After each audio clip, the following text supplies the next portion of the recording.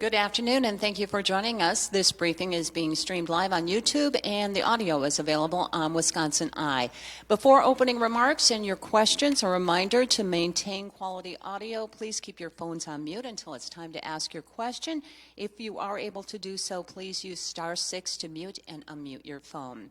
In the interest of time, please be prepared with one question and one follow-up. If you don't have a question, please say pass, and we'll move on to the next reporter. Joining us for today's media briefing are Governor Tony Evers, DHS Secretary-Designee Andrea Palm, and Dr. Ryan Westergaard, the Chief Medical Officer with the DHS Bureau of Communicable Disease. And we will begin the briefing this afternoon with remarks from Governor Tony Evers. Good afternoon, and thanks for joining us today.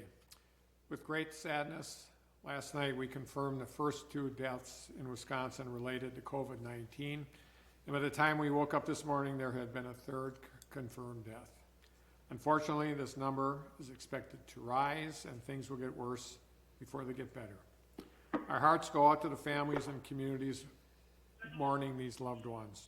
This is a difficult time for those who suffer with this illness and those that face fear, uncertainty, and hardship due to the impact this virus is having on our economy. The fight against COVID-19 will not be easy, but my administration and the Wisconsin Department of Health Services are working tirelessly to protect the health and safety of the state of Wisconsin.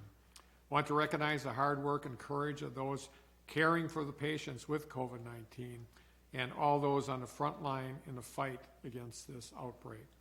And I want to say again and deliver this simple message: stay at home. There are folks working around the clock to keep us all safe. Our healthcare workers, our first responders, farmers, manufacturers, grocery store employees, and they can't stay at home. We need these folks to stay healthy so that they can continue to serve our communities. So please only leave your home if it's absolutely necessary. In addition to encouraging you to stay home, I'd also like to take the opportunity to update you on some of the ways the state is working to respond to COVID-19 and help those who are impacted. First, I will again remind folks that we have an important election coming up. We'll continue to closely watch the situation, do everything possible to make sure that we have fair, safe elections. As I've said before, people should vote absentee. This is the best and safest way to vote. The state is working with the Wisconsin Election Commission to help ensure our local clerks have what they need. But folks, I want to encourage you to request your absentee ballots now. Do not wait until the deadline of April 2nd. Visit myvotewisconsin.gov to request your ballot. That's myvote.wisconsin.gov to request your ballot. Requesting an absentee ballot isn't the only government service you can complete online.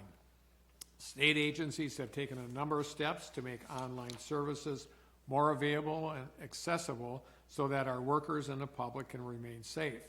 An example is the Department of Workforce Development, which is working diligently to process an unprecedented amount of claims so that the much-needed economic assistance makes it into the hands of Wisconsin families.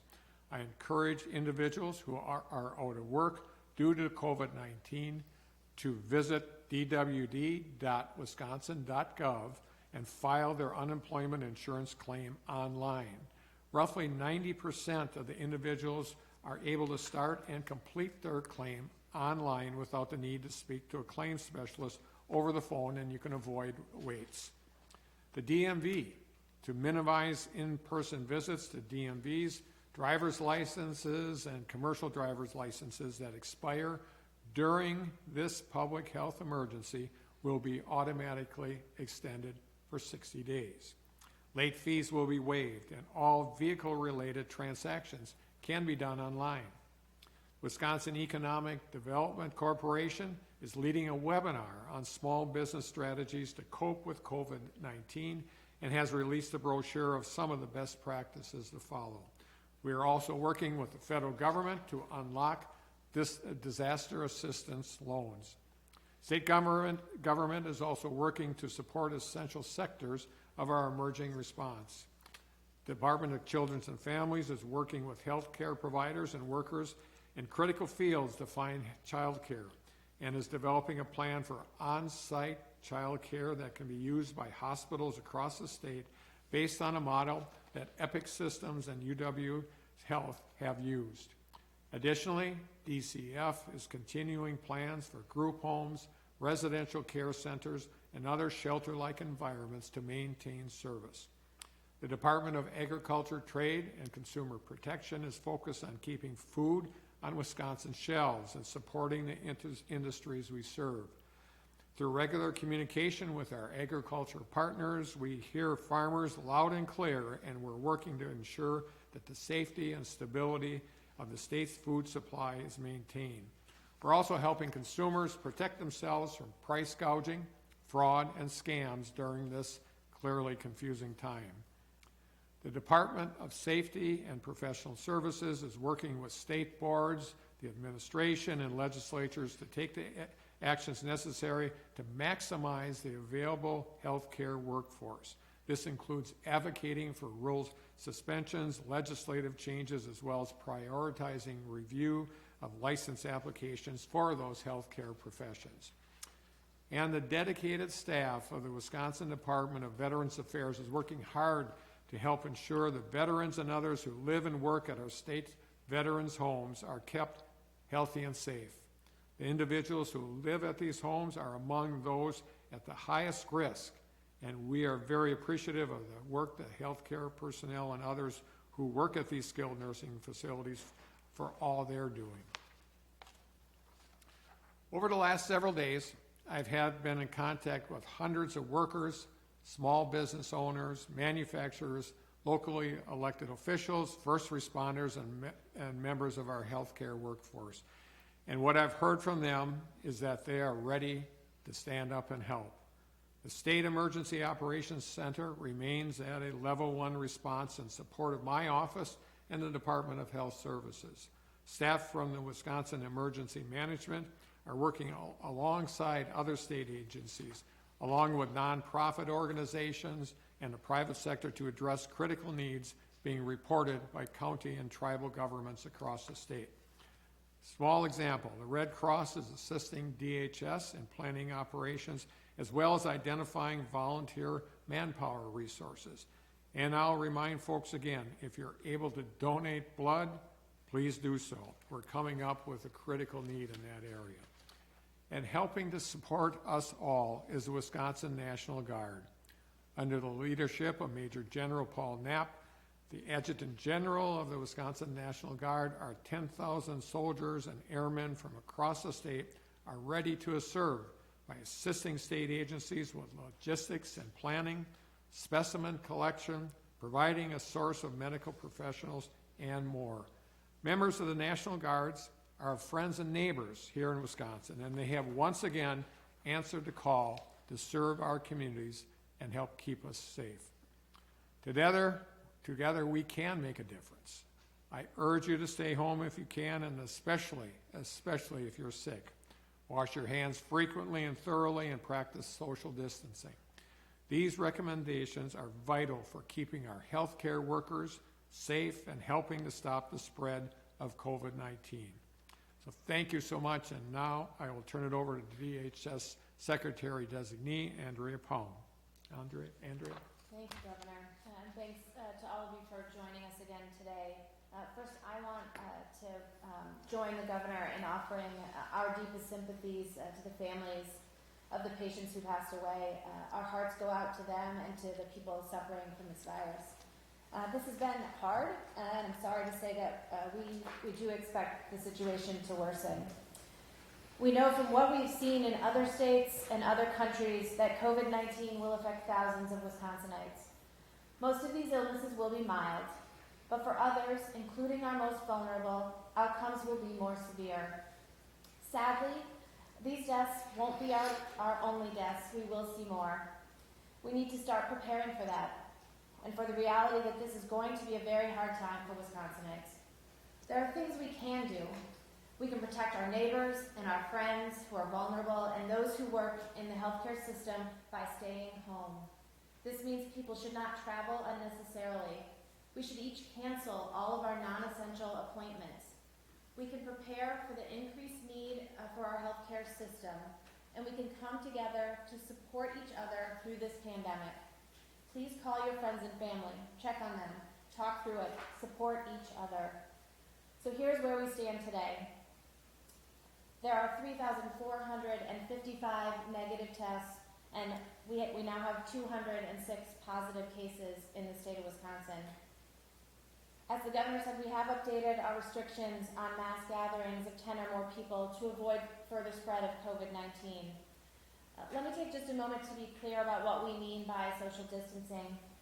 Please keep 6 feet between people and avoid direct physical contact. We know these increased restrictions impact your lives and the day-to-day business of places like hair salons, tattoo parlors, and other services that require close contact, but it's necessary to take these steps. It is also imperative that we continue to remain vigilant with our health hygiene practices. Please wash your hands frequently with soap and water, cover your coughs and sneezes, and stay home as much as possible, but especially if you are sick. While most cases of COVID-19 have been among people older than 50, younger people, particularly those between 18 and 30 years of age, aren't immune to COVID-19. Anyone can contract the virus, and it's as important for young and healthy people to heed the orders requiring social distancing as it is for the rest of us. Please take this guidance seriously for your health and the health of those around you. This is critical to our collective ability to flatten the curve and protect the capacity of the healthcare system to serve those who will suffer with the most severe disease from COVID-19. I want to personally acknowledge the tremendous efforts of the healthcare community throughout this public health emergency so far. We will continue to need them on the front lines, and so all of the efforts of those of us around the state are critical to helping them do their jobs. Yesterday, we notified healthcare providers that the supply of personal protective equipment, such as masks, that we are going to receive here in Wisconsin from the federal Strategic National Stockpile won't be enough to meet the needs of our healthcare facilities at surge capacity. This is obviously very concerning to us, and the governor and I continue to look for ways to mitigate the shortages and protect those who are on the front lines taking care of sick people. We are working to increase access to telehealth in our Medicaid and Badger Care programs, and other partners are also working to increase telehealth options for all Wisconsinites, again in an effort to protect our healthcare workers from potential exposure. Where possible, please use telehealth for your healthcare appointments. This will protect healthcare providers, yourself, and others. Again, I want to thank the people of Wisconsin for their adaptability during this public health emergency. Many of you are now working at home while your children prepare for learning outside of the classroom. You've kept up your visits with family members in nursing homes and assisted living facilities with phone calls and FaceTime. You've canceled appointments and long planned for trips, and some of you we know are struggling with the uncertainty of whether or not you will have a job or a business when all this is said and done. We will continue to ask more of you in the days and weeks ahead. Yet we continue to be amazed at the way you have taken this pandemic seriously and risen to the challenge. We can't thank you enough for the sacrifices you're making for the health and safety of the people of Wisconsin. Thank you, and we'll now open it to questions. A reminder to maintain the audio quality. Keep your phones on mute until it's time to ask your question, and we'll take questions in the order of the RSVPs. One question and one follow-up, please. And we'll begin the questions with Molly Beck from the Milwaukee Journal-Sentinel.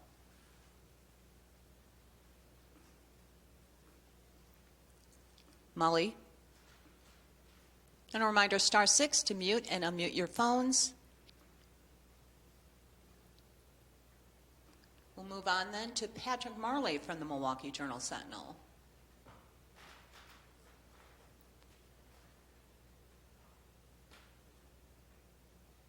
Okay, we'll move on then to Tim Vecher from TMJ4 in Milwaukee. Tim? Hi. Okay. This is Patrick. I'm sorry. I was. Okay, Patrick. Yeah. Thanks for taking the call here. Could you, California and Illinois have issued shelter-in-place orders. You're encouraging people to stay at home. At what point might we see that order specifically that people must stay in their homes from the governor? Well, I believe that we'll be able to avoid that. People in the state of Wisconsin are taking this seriously. We continue to encourage them to stay at home. But I know other states are doing that. We will follow the science on that, and we don't anticipate doing that. We do believe that people are going to be moderating their behavior and will continue to do that. Do you have a follow-up? And for my follow-up, election workers are very concerned about having enough poll workers. Are you considering having the National Guard come to assist at the polls? We're looking at all options. We are encouraging folks to that are interested in helping out in the polls, contact their local authorities. I think that's very, very important. I've talked to many, many mayors over the last couple of days. They're concerned about that same thing. They're encouraging others to step into the fray and make sure that our polls and elections go off without hitch. Is it an issue? Absolutely, but we're going to continue to do that. The National Guard may play a role in doing that. I just have to say the National Guard has been extraordinarily helpful here. They are our neighbors and our friends, and they live all across our state. They're regular folks, and if they can help us out, we're very, very glad to take that help. Thank you, Patrick. Thank you, Governor. Thanks. To Tim Vecher from TMJ4 in Milwaukee. Tim? This is Rachel from TMJ4 standing in for Tim. Hello. Hello, Rachel. Governor Evers, are you considering an order for people to shelter in place? And also, can you go into a little more about what the role of the National Guard will be? Certainly. To repeat, the shelter in place is being done in other states. We believe our present situation where we're asking people to stay home, making sure that they're doing the things that they need to do about washing their hands and keeping a significant distance between them and others. If you're sick, for sure stay at home. We believe that's an adequate response. We do not have plans to shelter in place. We think what we have going right now works and will continue to work. The question about the National Guard, as I just said, the National Guard are our friends, our neighbors, and they do great work all across the state. And I'll just have to cycle back on that just even a little bit more. Last year, when I was governor, when I first became governor, it's clear that the National Guard plays a huge role in all sorts of disasters. They worked with us during tornadoes. They worked with us during flooding that happens in the state. And basically, I encourage the people of Wisconsin to understand that they're friends, neighbors, they're regular folks just like all of us. They care about the state of Wisconsin, and they're going to help out in any way possible, and that's what they've been doing thus far. We're going to try one more time for Molly Beck from the Milwaukee Journal-Sentinel. Molly?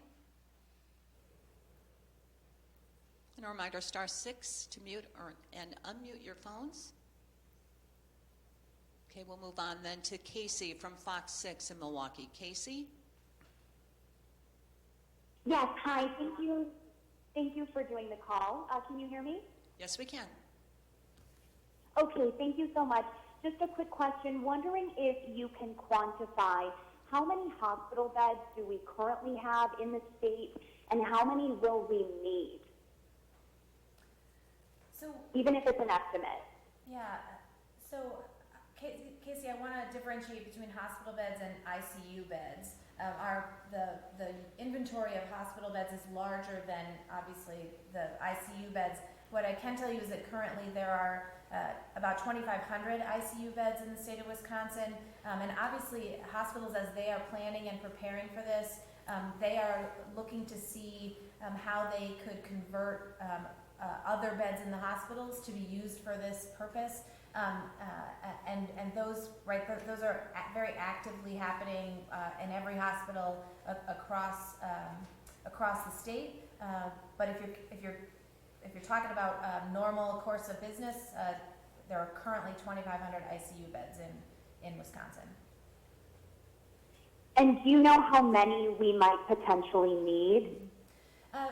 So right, this is evolving rapidly by the hour, and that work is being done right now to estimate our surge needs and to work with our partners at the EOC and across the state to be able to do what we need to logistically and from an infrastructure perspective to expand our capacity to meet a surge need, but that work is very actively, that planning is very actively happening right now. Thank you, Casey. Okay, and then for my... And okay. moving on to Jeremy from Urban Milwaukee. Jeremy? And a reminder, *6 to mute and unmute your phones. Jeremy from Urban Milwaukee. Pass with this one. Okay, thank you. Two reporters from Milwaukee Public Radio, beginning with Susan Bentz. Susan from Milwaukee Public Radio. Then we'll move on to Emily Files, also from Milwaukee Public Radio. Yes, my question is for Governor Evers. I'm wondering what your plan is to protect the health and safety of prisoners in Wisconsin, especially those in the Lapan prison, and what your response is to the calls to release more vulnerable prisoners. Yeah, great question. We have already, and right from the beginning, implemented. This question is about, can you hear me? We're on another question right now with Emily Files from Milwaukee Public Radio. Please stand by. Okay. Department of Corrections instituted, as this unfolded, significant changes in how things are operating in all our Department of Corrections institutions. Your referencing and has done a great job in making sure that the people that we're responsible for are safe and secure and continuing to receive services. That said, we had an incident at one of our institutions where one of the people that work in it was determined to have the virus. Obviously, we're working to change, or working to make sure that whoever he was connected with is also being taken care of, and I believe that is well under control. As it relates to suggestions about releasing prisoners, we're looking at all those possibilities. But to be honest with you, right now, the way we're operating in the corrections institutions, I feel very confident about not only the safety of the prisoners, but also the safety of the people that work there. Obviously, this is very stressful for the Department of Corrections, the people that work there, and the people that we are responsible for, and we keep their safety as a top priority. Thank you, Emily. Moving on then to Victor from CBS 58 Milwaukee. Victor?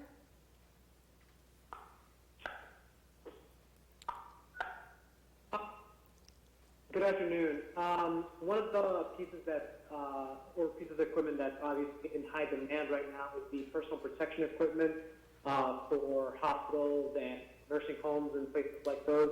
I guess what's how's the prioritizing for distribution for this equipment kind of happening as we move forward for that demand?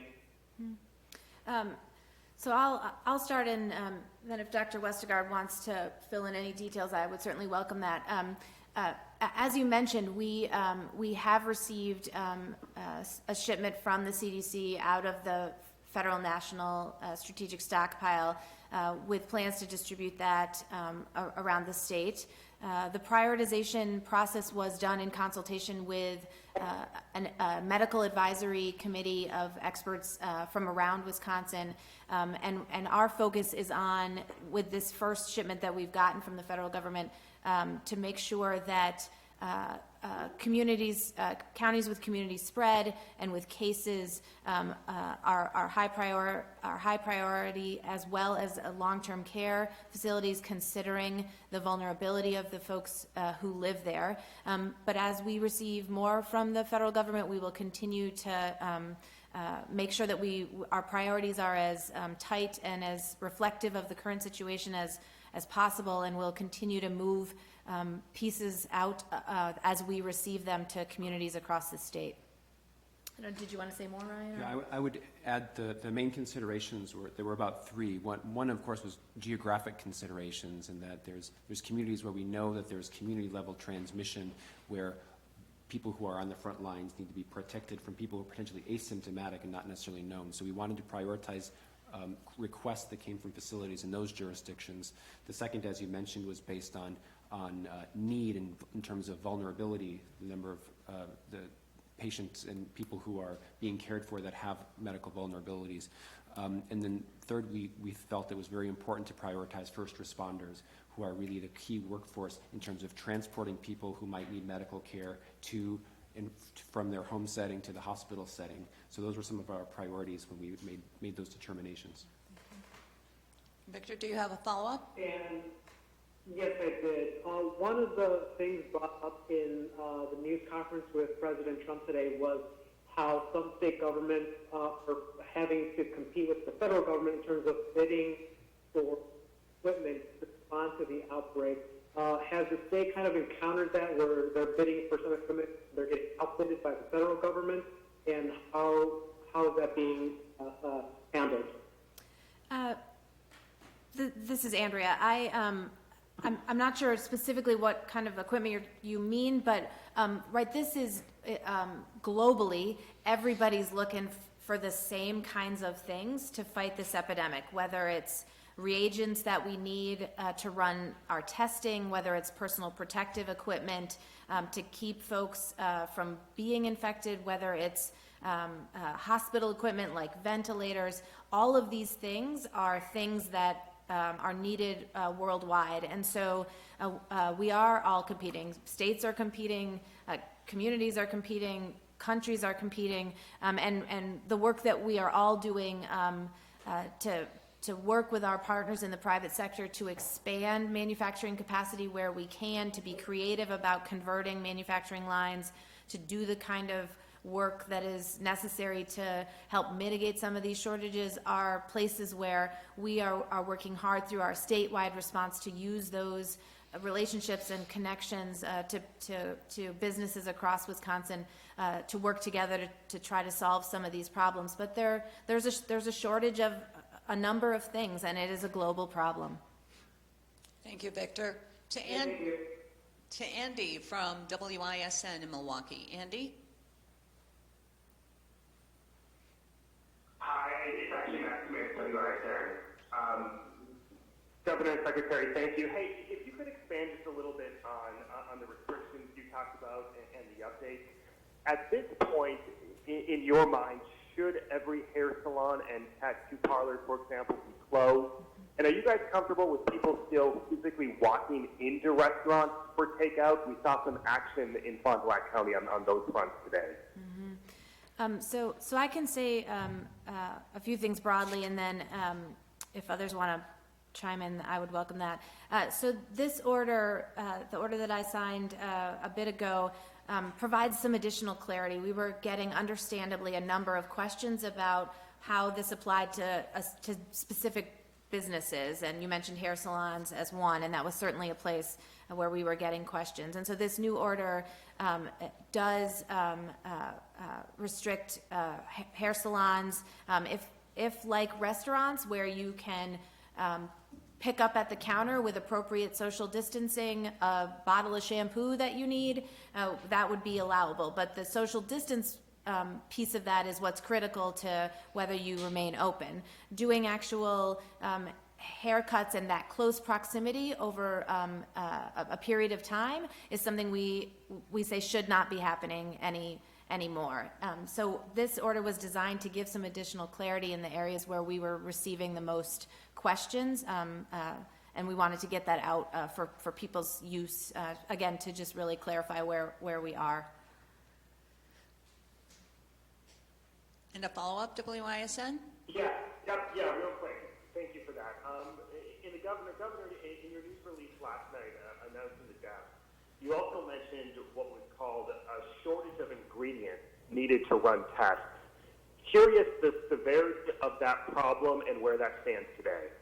Well, I know Secretary Palm can answer it more directly, but the reagents that are used in the process of determining a test result is a shortage.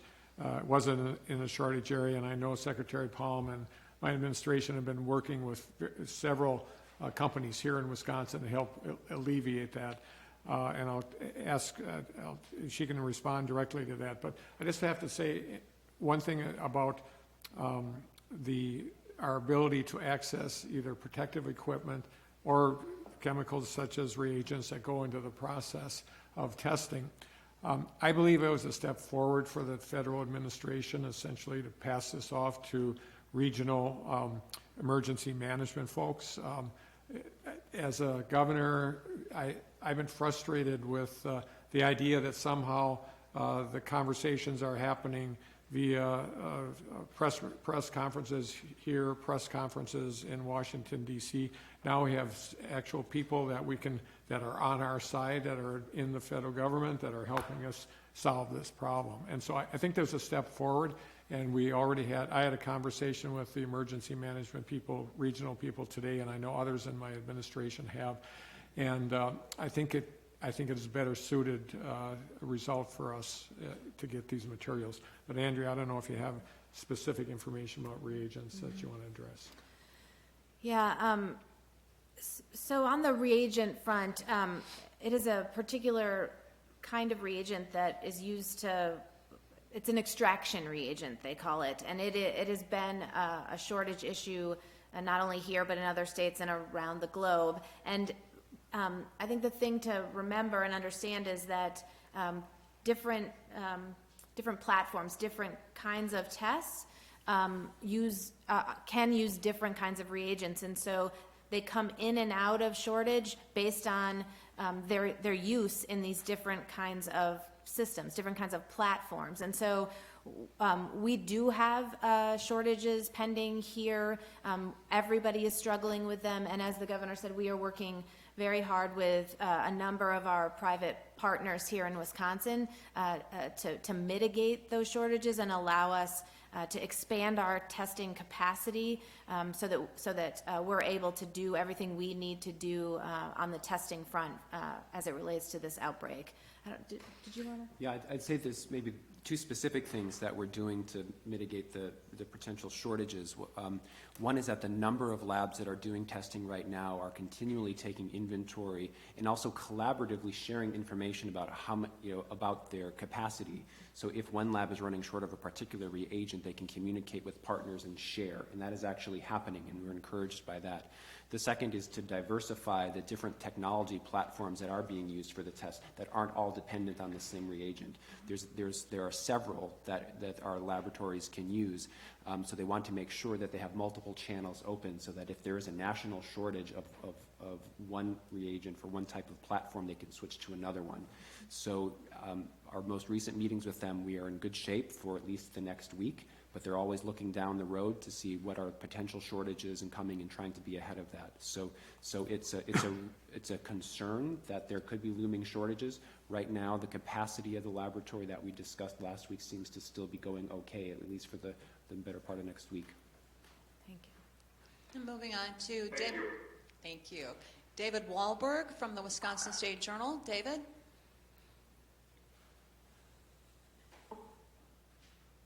David? Yes, hello? Hi.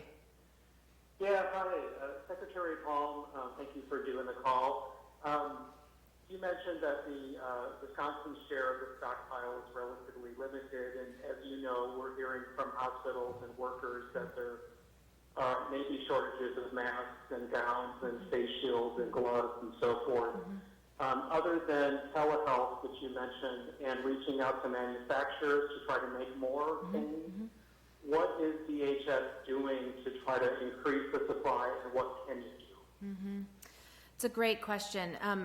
So there are a number of strategies, and I should let Dr. Westergaard talk about these that relate to helping healthcare providers use the protective equipment they have most efficiently, and that includes ways to clean and reuse things like goggles or face masks that are washable. Like there are some preservation strategies that we are certainly working on with healthcare facilities, but we really need, because this is a shortage for everybody, we do need additional manufacturing capacity, and we need to ramp up in the private sector and their ability to supply the demand that exists here in Wisconsin and around the country. And we are working very hard with a number of folks here in Wisconsin who have called to say we'd like to help. We would like to convert our manufacturing to pitch in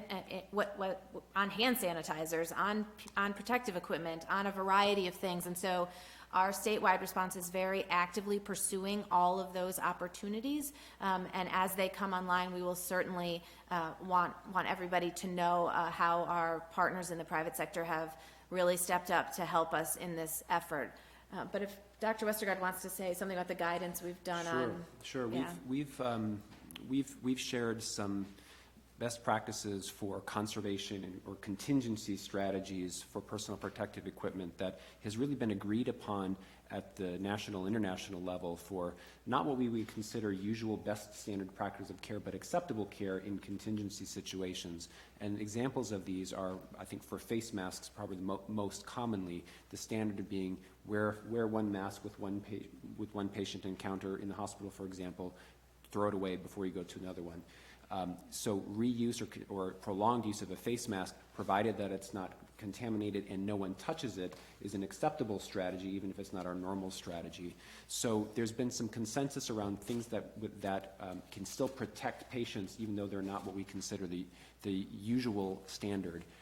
And I think it's helpful that the panels of experts have sort of convened and say, let's accept that these are appropriate strategies. So we want to make sure that everyone feels comfortable that we're protecting people the best way that we can, even if we don't have the supply to do what we normally do. And do you have a follow-up, David?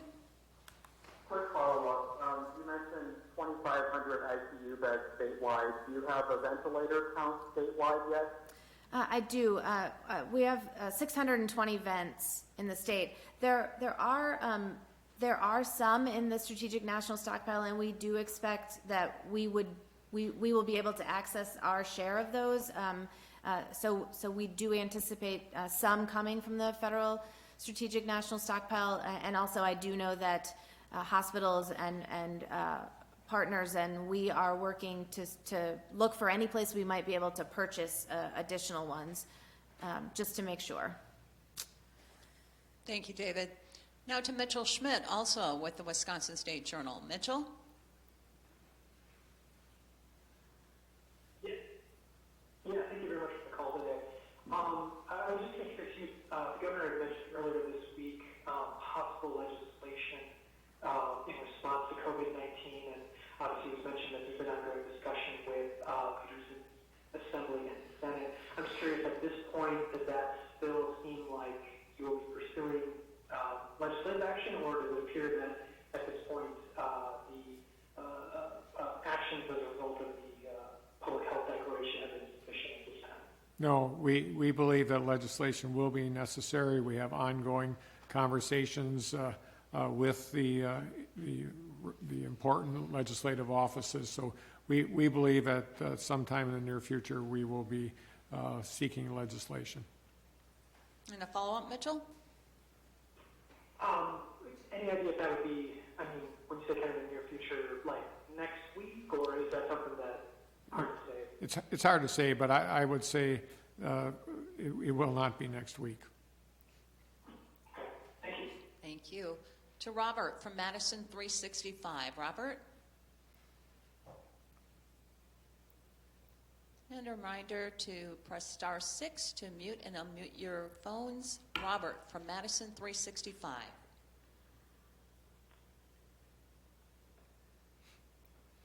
Okay, we'll move on then to Danny Maxwell from WKOW-TV in Madison. Danny?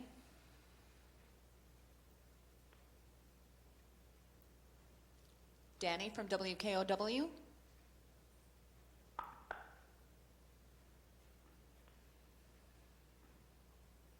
Okay, we'll move on then to Parker Shore from the Cap Times in Madison. Parker?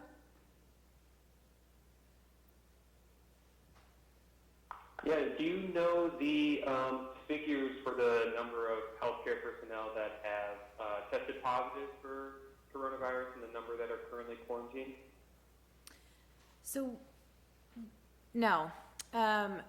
We know that as of today, the number of positive cases and the number of negative cases, but we are not commenting on individual PUI, persons under investigation, or positive cases. As we want to make sure we protect the privacy of those people, but we are in very close contact with our healthcare facilities to make sure they have what they need if and when they have a positive case and need assistance from us or from their local public health department to do the contact tracing and take the necessary steps to protect that worker and others who may have come into contact with them. And a follow-up, Parker? And just to clarify, the 2,500 ICU beds, that's the total amount of ICU beds in the state, or is it the number of available ICU beds in the state currently? It's the total number. And do you have the available number?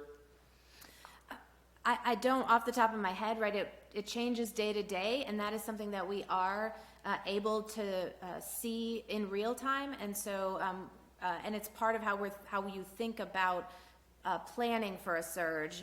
You need to understand what your typical vacancy rate is, and then be thinking about how you help expand that where necessary using other resources. And so that is very actively underway right now. Thank you, Parker. Thank you. To Mason Dowling from WAOW in Wausau. Mason? Hi, can you hear me? Yes, we can. Hi, perfect. First question is just for all parties involved.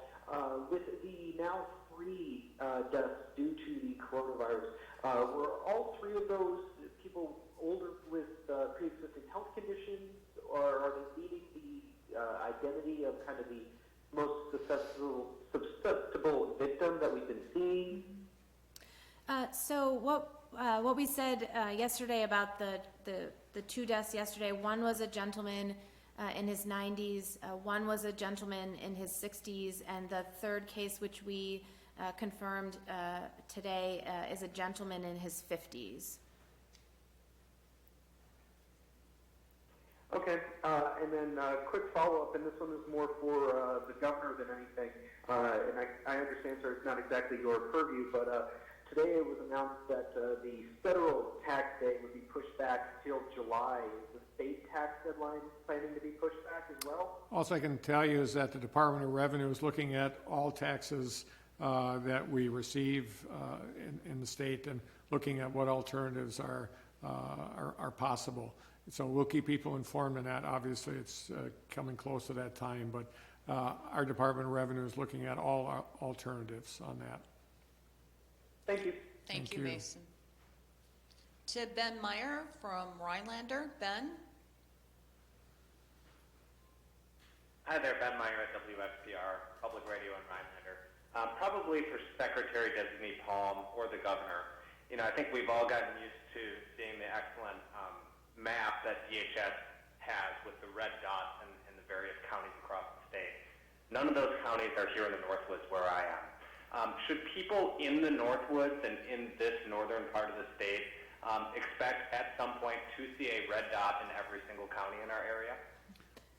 Go ahead. Yeah, I mean, I think as testing expands, as this evolves, you're going to see cases all across the state of Wisconsin, which is why these social distancing, the recommendation to stay home as much as possible, those kinds of actions will reduce the number of cases that counties in the Northwoods see, and now is the time to do those things to help prevent the spread. But I do think that counties all across this state should expect to see cases in their counties. And a follow-up? If I can ask a follow-up, if I can ask a follow-up to that, please. Mm-hmm. Our hospital capacity in rural areas of the state Yep. is certainly different than it is Yep. in urban areas of the state. How do you go about addressing capacities and handling those situations in rural areas like ours, perhaps differently than urban areas like Milwaukee or the Fox Valley or Madison? Yeah, it's a great question. We, as part of our statewide response, have stood up five strike teams, 6 strike teams, and one of those, as part of those, it is the assets of the state government across our system of state government, as well as representatives from rural, suburban, and urban hospital infrastructure facilities, so that we are getting the kind of input we need from the hospital community as we plan along these 6 areas, and one of those is surge capacity. And so when you're asking about the rural component of this, it is right on, and it is a top priority for us. That what is needed in rural communities is not exactly the same as, and they don't have the same assets as what we do in urban and suburban communities. And so how we think about that, how we plan for that, how we work together to make sure those communities' needs can be met is a critical part of what is happening in our statewide response with the partnership of the healthcare and hospital system, who have graciously agreed to help populate these strike teams who are doing the planning and the logistical work so that we've got the capacity we need when we need it. Thank you. Thank you, Ben. To Charlie Presser from the Crawford County Independent. Charlie? Hello. My question is about the ability to conduct the tests. I was been informed that statewide, and I think Dr. Westergaard spoke to it, there's not that testing capability that there might be. And he's talking about going into next week. How much testing in terms of numbers are available to the state right now? So there are a number of labs up and running in the state of Wisconsin right now. The State Lab of Hygiene is running about 400 tests a day. The Milwaukee Health Department is running. Children's Hospital of Wisconsin in Milwaukee is running. A number of Freighter is running. So there are Mayo Clinic here on the Wisconsin side is partnering with their lab on the Minnesota side, so that that's where, as I understand it, their tests are running. So it is this partnership across the state among our clinical labs and the state lab and some private labs who are going to be coming online here soon to build our capacity, to expand it, and to do everything we can to make sure that among our various healthcare systems there are places for these tests to go to be run, to then be connected back in to the reporting system that we need to make sure we're tracking the disease. And Charlie, do you have a follow-up? Yeah, in a county I'm familiar with, there's about 0.2% of the population now tested. Not 2%, but 0.2%. What is a percentage of population that you would like to see tested? Mm-hmm. So I'm going to let Dr. Westergaard talk about surveillance and how that works on a population level, because I think that's super helpful. But I do want to say that we aren't recommending that people with mild symptoms need to be tested. That because most folks are going to who get this disease are going to have mild symptoms, we need them to stay at home and do what they would if they were otherwise sick, take care of themselves. If you have an underlying health condition or you have more severe symptoms, you need to be in touch with your doctor, and you need to make sure you're taking care of that. But I do want to be clear that it is not our recommendation that testing be done for everyone who wants it, because it isn't necessary to do that from a surveillance perspective to understand the disease. And I'll let the doctor describe that. Yeah, I think that's exactly right. It's We do want a sizable percentage of the people who have an influenza-like illness, meaning fever and lower respiratory illness, so cough, shortness of breath, the sort of test that, the sort of illness that someone would go to the doctor for and get a flu test, for example. So that number, our guidance is that most people who have an influenza-like illness with fever and respiratory symptoms should get tested. And if they require hospitalization, that is our priority level, so we recommend testing in all of those cases. People with mild symptoms, we don't need to know a very high percentage of people with COVID-19 because we have ways to sort of say, of the proportion of people with severe illness, how many have COVID-19, how many have influenza, and we can do surveillance to say, well, in this community, COVID-19 is spreading in terms of this proportion of illnesses and compared to other alternatives. So we do this with influenza and other respiratory viruses every year, and we can track epidemics coming and peaking and going with really testing and diagnosing a relatively small number of cases. So in the hospital, I think the big decision is where infection control interventions are so critical, we want to know everyone who has COVID-19 disease and do testing. On a population level, we don't need to test the majority of people, really just the tip of the iceberg of people with symptoms to know where it's coming and where we are in the epidemic. Thank you, Charlie. Moving on to Mike Biermeister from WXOW in La Crosse. Mike? Hi, yes. My question is, obviously we're up here in La Crosse, we're living in a college town, so we have a lot of dormitories as well as hotels. Is it being explored at all to utilize those if these cases are to continue growing and growing throughout our state? Mm-hmm.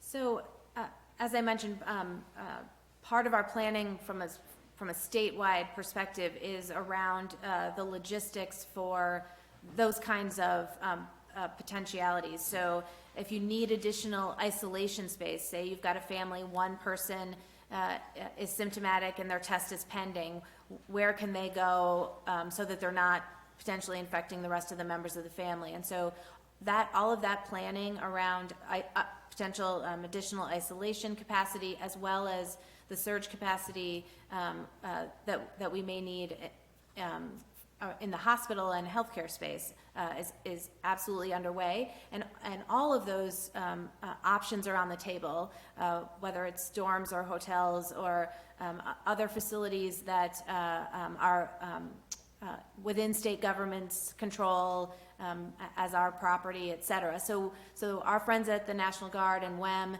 are working very closely with us on the planning and logistics and identifying of those kinds of options so that we can execute on a plan about where they need to be, how many we need, et cetera, moving forward. Follow up, Mike? And in terms of daycare centers, I know there was an emergency mandate made to limit them. Some have closed already, others are trying to work with these new restrictions. How does that message change today in terms of the governor's announcement going forward? What would you say to those child care providers? Well, we're going to continue to work with them so that,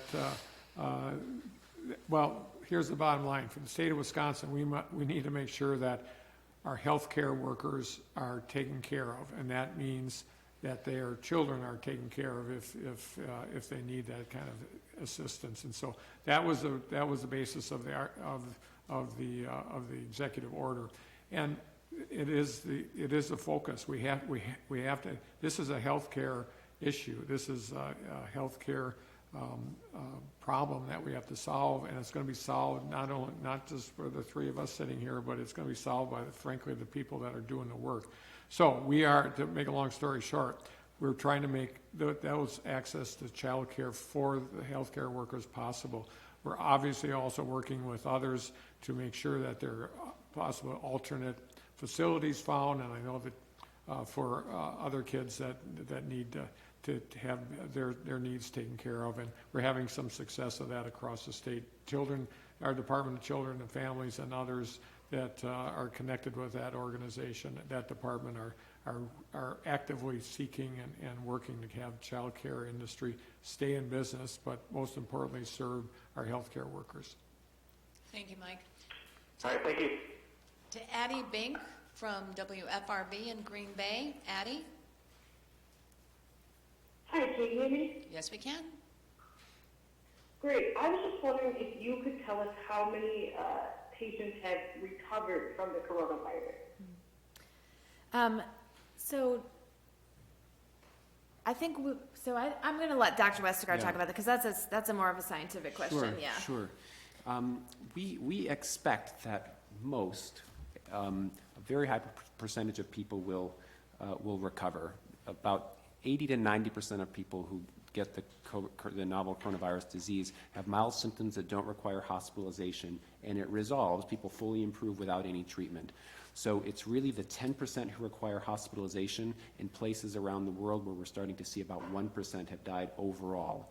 So the majority of people do well and recover. So we don't have ways, now that we have 200 cases, of determining each and every person when they have recovered. We have guidance for health departments and providers and also families on when you can consider someone's illness to have run its course for the purpose of releasing them from isolation. And the standard we use there is that symptoms have to be completely resolved for 3 days, meaning no fever and their symptoms have improved, and at least 7 days have gone by. So we think that's using that standard would say that most people, if those two conditions are met, well for 3 days and 7 days total, they're no longer infectious to others. So that's our guidance for people to return to work and to be released from isolation.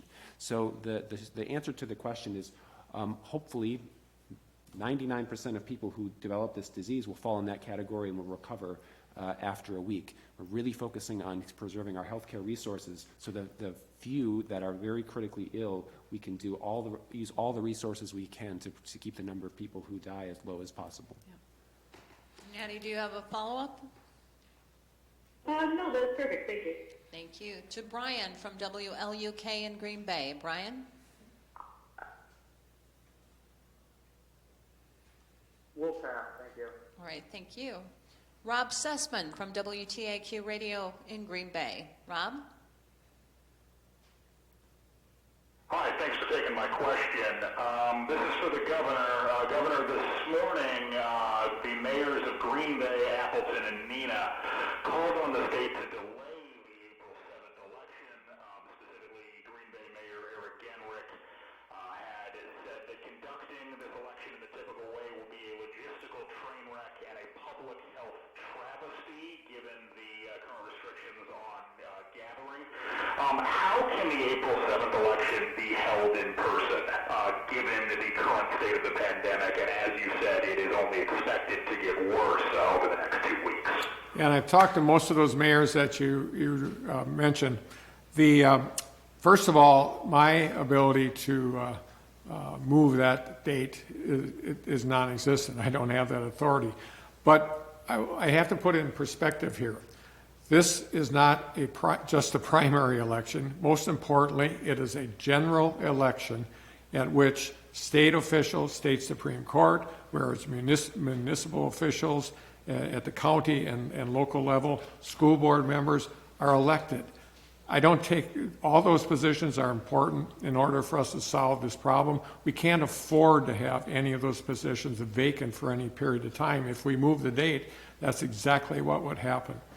Second issue is, it's in state statute when this takes place, and I have not been convinced, and these are my personal, since I don't have a ability to change it, I'm telling you my personal opinion, and that is moving this date is not going to solve the problem. We could move it to June. It could be worse in June. It could be worse in May. So the idea that let's just move it, to me, doesn't have any. And I understand it's a difficult situation. We had 3 states that did it just a few last week. But the bottom line is, it is going to be on April 7th, and we're asking the most important ask here is for people to vote absentee. And all they have to do is go to myvote.wisconsin.gov by April 7th. They'll send you an online, or they'll send you a ballot, and you mail it in. You won't have to go in and vote. For those who do decide to vote, our municipalities will be doing everything in their power to make sure that there's social distancing at the poll, in line, and they'll be able to do it. Am I going to say that it's going to be issue-free? Absolutely not. But we have a democracy to participate in, and local and state races are really important. This is not around the primary. This is the primary. That's a national thing. But for me, it's about making sure that our democracy is able to persist. We're going to have a vote. It's scheduled for April 7th, and there's frankly no good way to do it in a better way. So I'm counting on the officials. I've talked to the mayor of Green Bay just today or yesterday. I can't remember which. I've talked to people in the Fox Valley. They may not like it, but they're committed to make it happen well. We can have it well, make it the best possible way by having people vote by mail. It's pretty simple. And a quick follow-up. Could you see the entire election at some point becoming a mail-in only election? Is that something that could possibly be in the cards given state law? Well, that could be. I mean, as you likely know, there's a lawsuit going on around that very issue to give some more flexibility around this in mail-in. And yes, I think just my opinion is that having that opportunity to mail in is one that we should be considering going forward. Thank you, Rob. Thank you, Governor. This is Ryan Nelson, Governor Evers' Chief Legal Counsel. The governor has directed the State Emergency Operations Center and General Knapp to provide assistance to the Elections Commission, to clerks around the state. We have a task group set up just to address these issues, to make sure that, one, that there's adequate poll workers. That includes finding state employees, volunteers, and the Guard in order to staff the polls, and two, to make sure that, just as the governor stated, that this election can happen safely, and that includes looking at what all options that are available in order to make sure that people can vote absentee and that those votes are counted. Thank you very much. I appreciate it. Okay, thank you. To Sarah Thompson from WBAY in Green Bay. Sarah? Hi, thanks for taking my call. Could you update us on the number of tests that you're able to process in a day? I think earlier in the week, perhaps Dr. Westergaard is the one that said around 400. Has that changed at all this week, or are you able to test more people? So the state lab is running at about 400 tests a day, but I do think it's important to remember that there are a number of clinical labs around the state who are also running tests, and we continue to work with them and other partners in the private sector to expand capacity. So the capacity of the state lab is about 400 a day, but there are other folks up and running and conducting tests, and that's some of what you're seeing in our daily, as you've seen that daily negative test result number go up, that is because the state lab, as well as our other partners, are reporting into that system.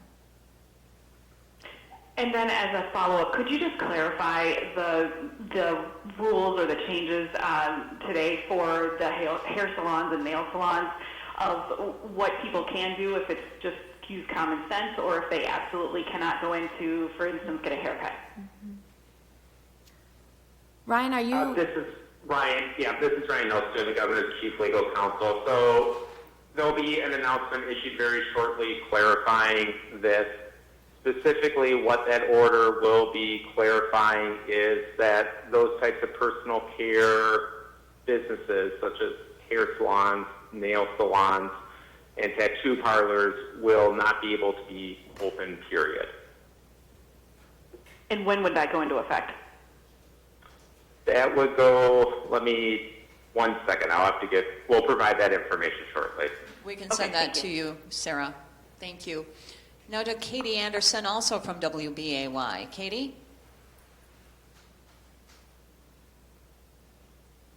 Okay, we'll move on to John Nizer from NBC 26 in Green Bay. John? Hi, thanks for taking the call. Question regarding testing and the numbers and what you guys are looking for there. If you don't recommend everybody get tested, how do you get a good grasp on the state's overall numbers? And is that final number an important piece of this whole puzzle? Ryan? I can take that one. So enough data have accumulated nationally and internationally that we have a pretty good handle on the proportion of cases that are severe and require hospitalization. The large series of patients that were described out of China said that only about 14% of the cases were diagnosed. So that means 86% of the cases that are out there were undiagnosed. So our priority is to identify people who have symptoms that require hospitalization and particularly require ICU care. And we know that that's just the tip of the iceberg. And because we know in general how big the lower part of the iceberg is from accumulating research, we can have a good sense about the overall size of the epidemic. And I'd say there's also good public health reasons to not want to test people with mild symptoms, because those tests have to happen in a healthcare setting. And the other thing that we've learned, which is concerning about this virus, is that people who have very mild symptoms or may be infected and have no symptoms at all have high levels of virus in their nose and their throat and are therefore as contagious as people who are severely ill. So it's actually in everyone's interest for the majority of people who have mild symptoms to have access to things like telehealth and a nurse triage line, so they can say, I'm not feeling well, but I check my heart rate, and my heart rate is okay. If people have lung disease, they can check your oxygen saturation and say, okay, I'm one of the 90% of people who have mild disease that don't require hospitalization. Even if a large number of those people have COVID-19, the best thing to do from a public health perspective is for them to get support and stay isolated at home, provided that we have a good system for getting people's medical needs met if they get worse. And that's what one of the things we're really working on, is to make sure that health systems and local public health have ways to make sure that people can feel connected and feel comfortable being recovering at home when they have mild illness. And the follow-up, John.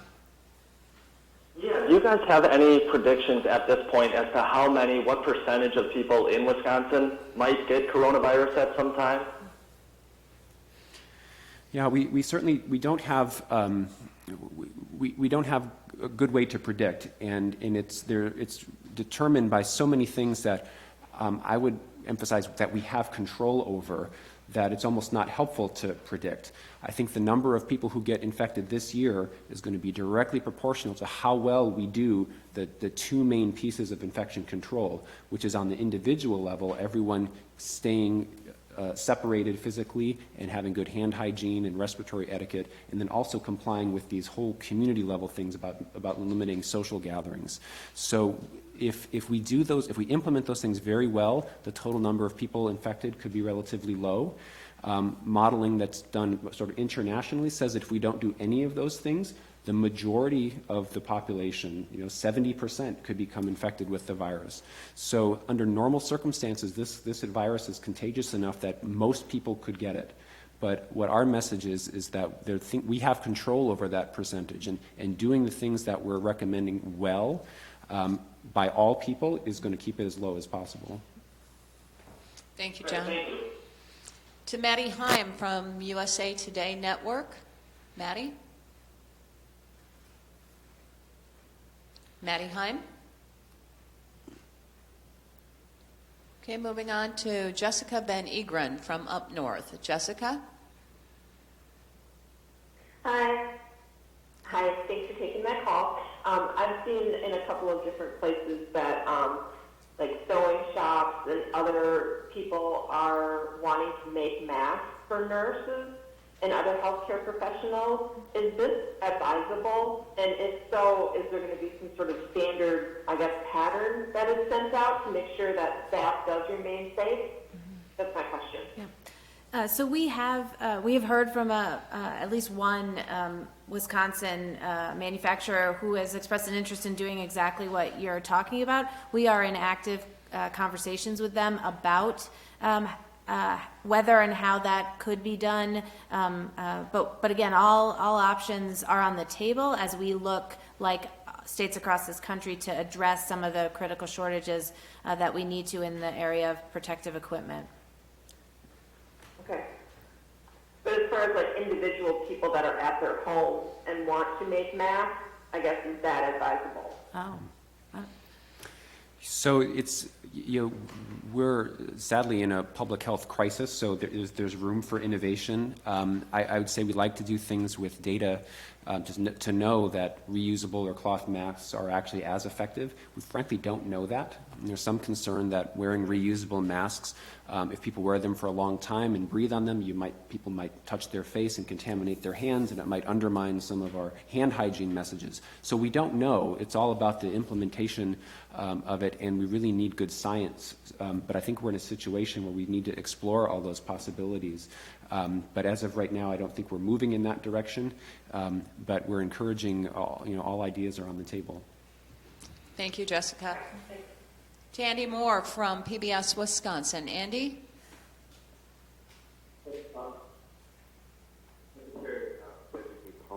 Did I hear you say 207 positives as of this afternoon? 206. 206? Yes. Did you say how many of the 206 are hospitalized? No. Okay, and is that unknown? I do not have that information with me. They give me the latest numbers as I'm walking in here to do this briefing with you all, because we're doing it in real time and posting it to the website. So I don't know the answer to that question. Yeah, I would say in the Division of Public Health, we don't have those numbers on a real-time basis. We are looking at ways to try to capture that using electronic means. It's a very dynamic situation. Some people are diagnosed in an outpatient setting, symptoms worsen, and then they become hospitalized. Some people are hospitalized for a short period of time and then go home. So it's a very dynamic situation, and it's a moving target. We're looking at sort of additional strategies to try to have a good handle on that around the idea of planning for surge capacity. So that's something that we hope to be able to monitor and report on in the future when we identify the best sources of information that we can track that. Thank you, Andy. Okay, thank you. To Will Keneally from PBS Wisconsin. Will? Hi, thank you. You'd mentioned the 620 ventilators before. Is there an optimal number that you'd like to get to during this escalating outbreak? So I think that's right. That's part of our of the planning effort that's underway. I think as Ryan has articulated here, as it relates to some of the recent questions on this call, our goal is to execute well on the strategies that we know work to reduce the spread of the illness and therefore reduce severe disease. And so we need to plan for scenarios in which we don't do those things well, but the things we should be focused on right now is doing what we know works really well, so that we protect the healthcare system so that it is not overwhelmed with severe disease as this progresses. A follow-up, Will. Thank you. And I was also curious, had there been any discussions about building kind of alternative hospital facilities? So as I mentioned, there is an effort as part of our statewide response, pulling in the other parts of the state government to work on this with us around surge capacity as it relates both to isolation as well as potentially needed hospital beds, and all of those options are on the table. We have some experts as part of our emergency management function and others who are surveilling what sort of facilities and options there are as the planning team is looking at thinking through the scenarios of what we might need. And so that's very actively underway right now. Thank you, Will. To Sean Kirkby from Wisconsin Health News. Sean?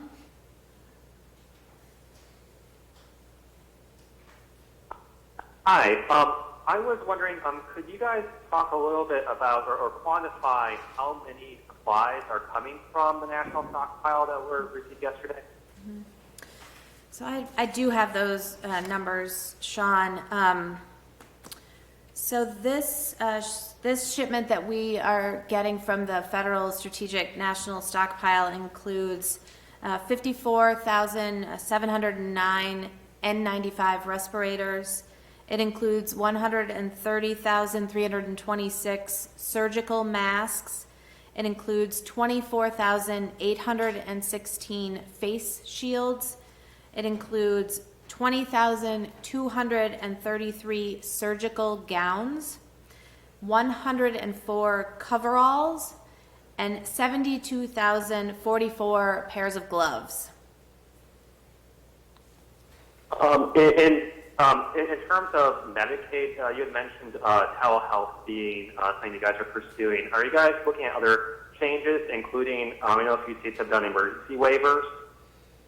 Yeah, so connected, but a little bit different. So we did working with the legislature in the fall. The governor was able to sign a telehealth bill that gives us quite a bit of authority in this space to expand access to telehealth through the Medicaid and Badger Care program.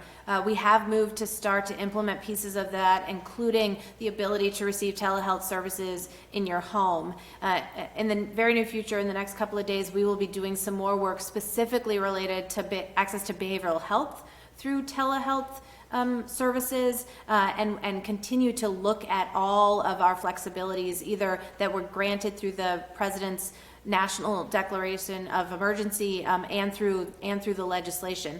Those include the opportunity not only to think about it flexibly, but to actually provide some reimbursement for additional services, which we obviously want to incent people to use as they stay at home for all for all unnecessary to avoid all unnecessary appointments and travel. So we are very actively looking at this. The private sector is doing a number of things similarly in this space, and our office of the Commissioner on Insurance has been in active conversations with the private sector insurers that they oversee and regulate to make sure that we are encouraging them to do everything they can in their space and the plans that they offer in the private sector to allow the use of telehealth as much as possible. Thank you, Sean. Thank you. To Scott Bauer from the Associated Press. Scott? Hi, thanks for doing this call yet again. Secretary Palm, could you go back again on the number of respirators you said you're getting or you received from the federal government? Sure. 54,709 N95 respirators. And is that it? That's in addition to the 620 you said we have now, or did I misunderstand that earlier number? The 620 is ventilators. I'm sorry, ventilators. Okay. Yeah. Do you have estimates as to when the current supply will run out for ventilators, for ICU beds, for these critical needs that we have right now? What kind of mapping or projections do you have to say when you're expected to not have enough? So this is a really critical part of the work that's happening right now to plan and to make sure that we, in our scenario planning, are building capacity to meet the need of those who have the most severe illness. I think respirators can be in short supply. We're seeing that in Italy. We are seeing it in the state of Washington.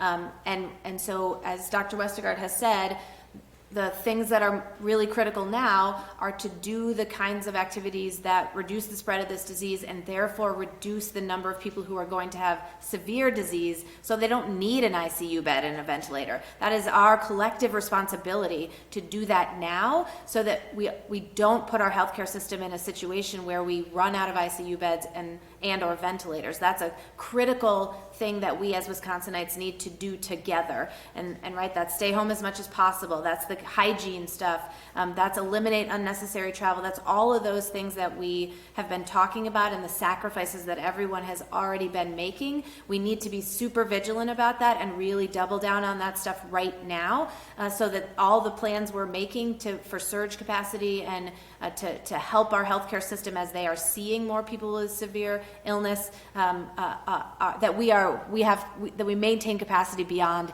demand, and that's all about the things we do right now to prevent that.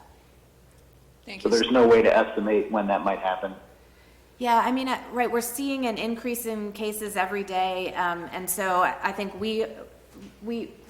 I mean, the epi curve is. Yeah, I'll let Dr. our hope is that it never happens. Yeah. This is something that we have control over, because, and this is an important part of our discussion with the public as well, because if it gets to that point, then we have to make really hard decisions about withdrawing care or not offering ventilators to someone, and no one wants to make those decisions. Doctors don't want to make those decisions, certainly families. We need to be prepared for those those possibilities, and we're working in collaboration with other states and with ethicists about sort of the best framework to make those decisions. But our intention is for everyone to band together to do everything we possibly can to not get there.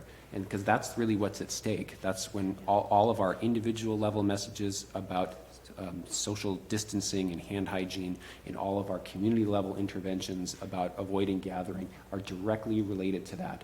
You know, we can save people's lives who have severe disease from COVID-19, but we need all that technology. So our hope is that we use no more than we have, and we'll do the activities that we're doing to try to expand the work that we can. But the stakes are really high, and I think that's the message that we want the public to hear.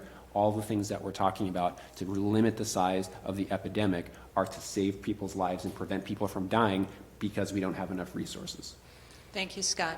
To Megan Carpenter from Spectrum News 1. Megan? Megan from Spectrum News. Okay, to Stephanie Hoff from West Politics. Stephanie? Hi. Hi. Hello. My question is directed to Dr. Ryan Westergaard. So why or why not can we compare COVID-19 to other respiratory illnesses like influenza? That's a good question. So I think the most important way in which they're similar is how they're transmitted. So I think the virus, the respiratory virus that most people are familiar with is influenza, which causes the flu, which is fever, shortness of breath, and that causes a lot of severe illness, every single year. So the overall mortality rate for influenza disease is about 1 per 1,000. What we're learning about the virus that causes COVID-19 is that the mortality rate is about 1 per 100. So while they're spread in very much the same way, the mortality rate for the virus that causes COVID-19 is about at least 10 times higher. So that's one important difference. The other difference when it gets to how viruses are transmitted is that the COVID-19 virus is very easily transmitted. People can shed the virus for a longer period of time, and people can be contagious before they're symptomatic. So that's another distinctive feature which makes this a really serious situation, is that people can have mild symptoms of the disease or no symptoms at all and still be able to transmit the virus to other people. The third, and all of these comparisons are unfortunate. I wish they weren't the case, but this is why it's a serious situation. The third difference is that we don't have a vaccine and we don't have treatment. So those are kind of three reasons why the stakes are really higher for this pandemic than really all of our other respiratory viruses, in that we don't have as many tools to prevent it, and the risk of it spreading around the world, as we're seeing, is really high because of the features about the virus. Want to follow up, Stephanie? Is COVID-19 classified as like a chronic lower respiratory illness? Yes, COVID-19 is the name that we gave to the the whole spectrum of symptoms that people get when they get infected with this particular virus. The virus has a different name. It's called SARS coronavirus type 2 because it's very closely related to a virus that caused the SARS epidemic nearly 20 years ago. So the name of the virus is SARS-CoV-2. COVID-19 is the name of the disease that it causes, and we would classify it, I would say, as an acute respiratory illness that can cause both upper respiratory disease, like the common cold, but also lower respiratory disease, which is pneumonia and severe lung injury. So it can do both of those things, similar to other respiratory viruses. Okay, thank you, Stephanie. To Isaiah Holmes from Wisconsin Examiner. Isaiah? Hello. So I was curious, are there any efforts right now to increase healthcare workers or anything to kind of alleviate burnout among healthcare workers right now? And can we also get an update on the situation in Milwaukee County and the city of Milwaukee? I can address the one part of the worker shortage. First of all, in a couple of ways. One is to make sure that they have child care available to them, and we're working hard to make that happen. Second of all, our Department of Safety and Professional Services that license several of the healthcare workers are finding ways to, exploring ways to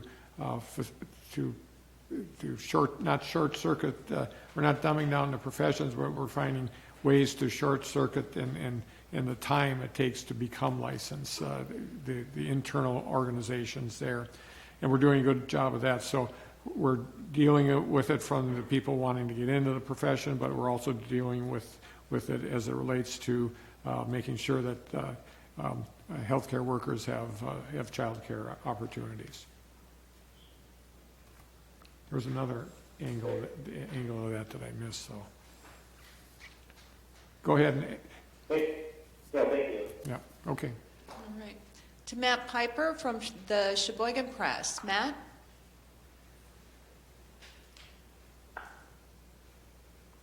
Matt? Yes, thank you. I just wanted to be clear on something earlier. I know your request to the federal emergency stockpile was the same as the numbers that you quoted about what you're getting.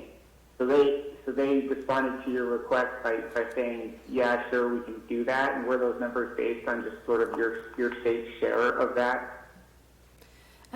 So, I mean, we've requested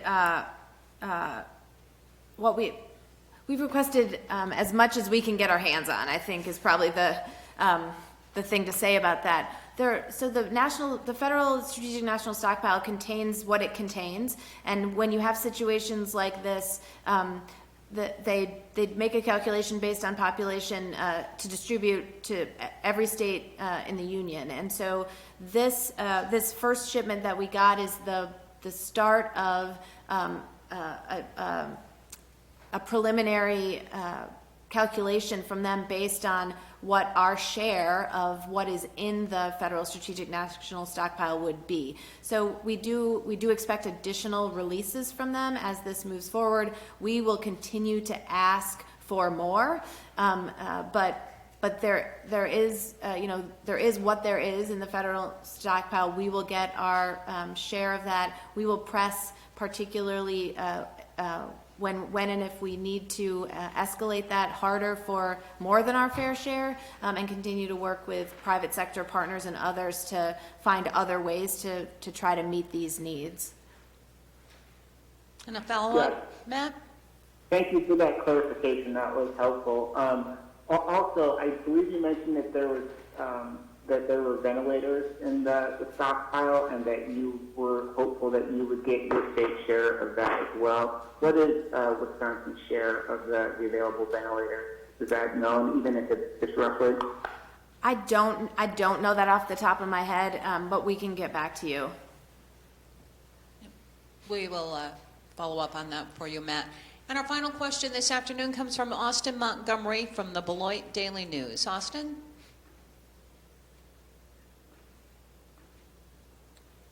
Austin from the Beloit Daily News.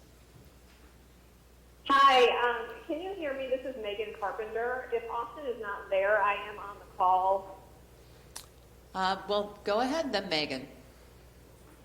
Okay, sorry about that. I'm not sure what happened. I hit *6 and nothing happened. So, but I'm here now. I do have a question as it relates to the 3 deaths that have been confirmed. I know you're obviously not commenting on individual cases right now, but could you just give us a sense of how these 3 people contracted the virus, and if it was through community spread, can you tell us if that is now the majority of the cases that you are seeing in the state?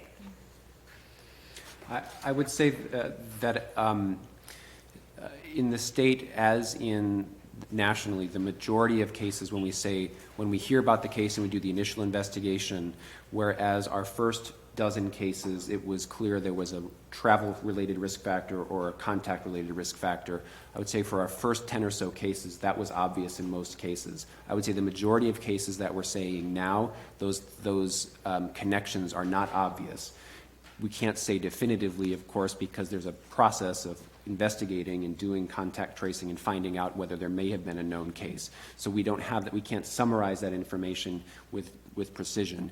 But the national data of the 14,000 people who have been diagnosed in the U.S., only a small fraction have been a confirmed contact of the case. So I would say it's fair to say that most new infections that we're hearing about are a result of community spread. And a Okay, thank you. And a follow-up question. I didn't get all the numbers that you were reading from the federal shipment. Can you please just reiterate how many masks we're getting? The N95 respirators or the surgical masks? The surgical masks, please. Surgical masks are 130,326. Okay, thank you very much. Sure thing. Thank you, Megan. And with that, we thank you for joining today's media briefing. If you have any additional questions, you can email those to dhsmedia@dhs.wisconsin.gov or call us the media line at 608-266-1683. Also, a reminder to continue to monitor the DHS Outbreaks and Investigations page and the COVID-19 page at dhs.wisconsin.gov for updates on this investigation and pandemic preparations and for the test results as well. Thank you and have a good weekend. You are muted.